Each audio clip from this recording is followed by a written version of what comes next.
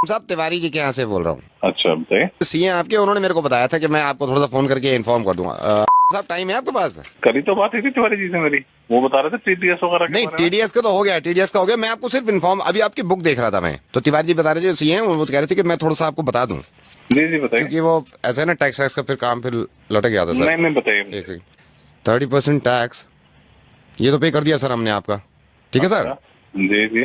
10% TDS भी आपका, तिवारी जी ने कहा था टीडीएस। हाँ तो ये तो पता ही है, मेरे को बता दिया था उन्होंने। इसके दो ना फायदे बता रहा था इसको मैं आपके। तो सर 30% जो टैक्स कटा है आपका, क्योंकि सर आपका स्लैब जो है वो 12 लाख से ऊपर है, तो 30% टैक्स कटने का फायदा ये है सर, कम से कम कल को इनकम टैक्स का डंडा तो नहीं होगा।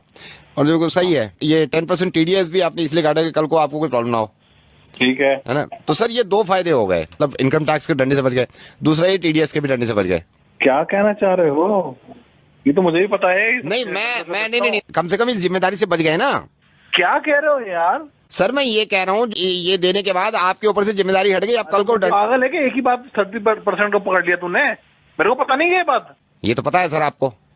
तो 30% टैक्स दे दिया तो इनकम टैक्स का डंडा आप पे नहीं पड़ेगा, आपकी जिम्मेदारी खत्म, आप बुरा मत मानिए सर। लेकिन इनका डंडा पड़ गया, ये क्या होगा फिर?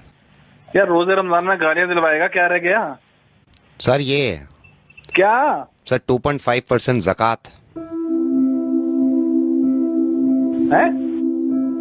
2.5% ज़कात।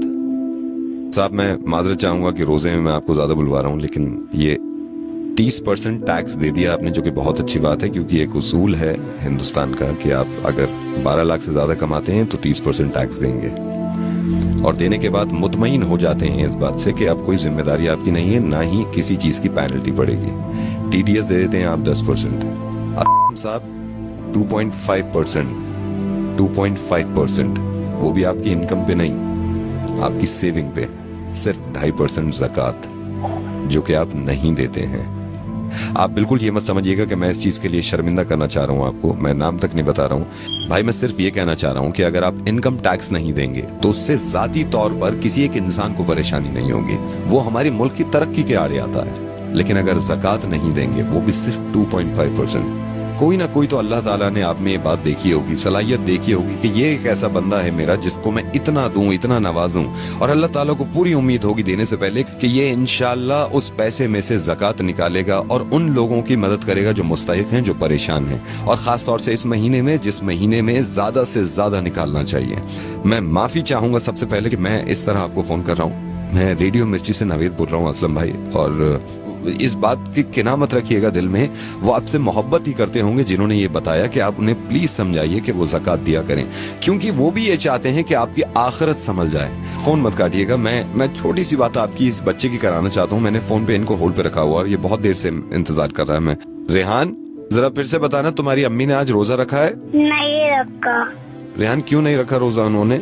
क्योंकि मेरी अम्मी बीमार है। तो तुम्हारे अब्बू क्यों नहीं इलाज कराते तुम्हारी अम्मी का, ताकि वो रोजे रख सकें? मेरे अब्बू के पास पैसे नहीं है। ये जो बच्चा है, इनकी वालदा को कैंसर है। इनकी वालदा रोजे यूं नहीं रख सकती क्योंकि ये बीमार हैं। बीमार इसलिए हैं क्योंकि ये इलाज नहीं करा सकती।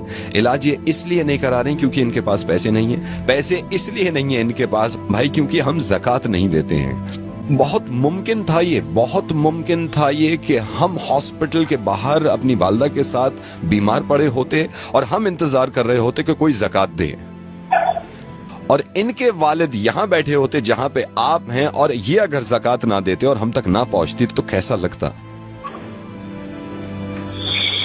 आपके माशाल्लाह 2 मासूम बहुत प्यारे बच्चे हैं, और मैं ये दुआ करूंगा कि इंशाल्लाह बहुत लंबी उम्र हो उनकी और बहुत तरक्की करें वो। टैक्स नहीं देते हम तो कितना घबरा जाते हैं कि नोटिस आ जाएगा इनकम टैक्स की तरफ से। ज़कात नहीं देते हम तो जिसकी माफी नहीं है और उस नोटिस का कोई बदल नहीं होगा। मैं ये नहीं कह रहा हूं कि आप किसको दें, आप जिसको सही समझे, जिसको लगे कि मुस्तहिक है, उसको ज़कात दीजिए। इंशाअल्लाह ज़कात जरूर दूंगा, और इस बच्चे को अगर जरूरत हो किसी चीज की तो मुझे जरूर बताइए। इस बच्चे को अब जरूरत नहीं है, इस बच्चे तक पहुंच गया, लेकिन हमारे ही हिंदुस्तान में बहुत सारे बच्चे ऐसे हैं जो इंतजार कर रहे हैं हमारी ज़कात का। अल्लाह ताला अजर दे आपको इस चीज का, आपने अपनी जिम्मेदारी पूरी करी। एक जिम्मेदारी आपकी बन जाती है, ये जो आपने सुना है इस चीज को दूसरों तक पहुंचाइएगा और यकीन मानिए इस बात का कि इतने अच्छे कौम में लोग हैं, उनके दिल इतने अच्छे हैं, कहीं ना कहीं वो या तो भूल जाते हैं या थोड़ा सा मिसगाइड हो जाते हैं। इंशाल्लाह जरूर लोग एक दूसरे की मदद करेंगे और ज़कात निकालेंगे। मैं इंशाल्लाह फिर आपसे बात करूंगा। अल्लाह हाफिज। बस।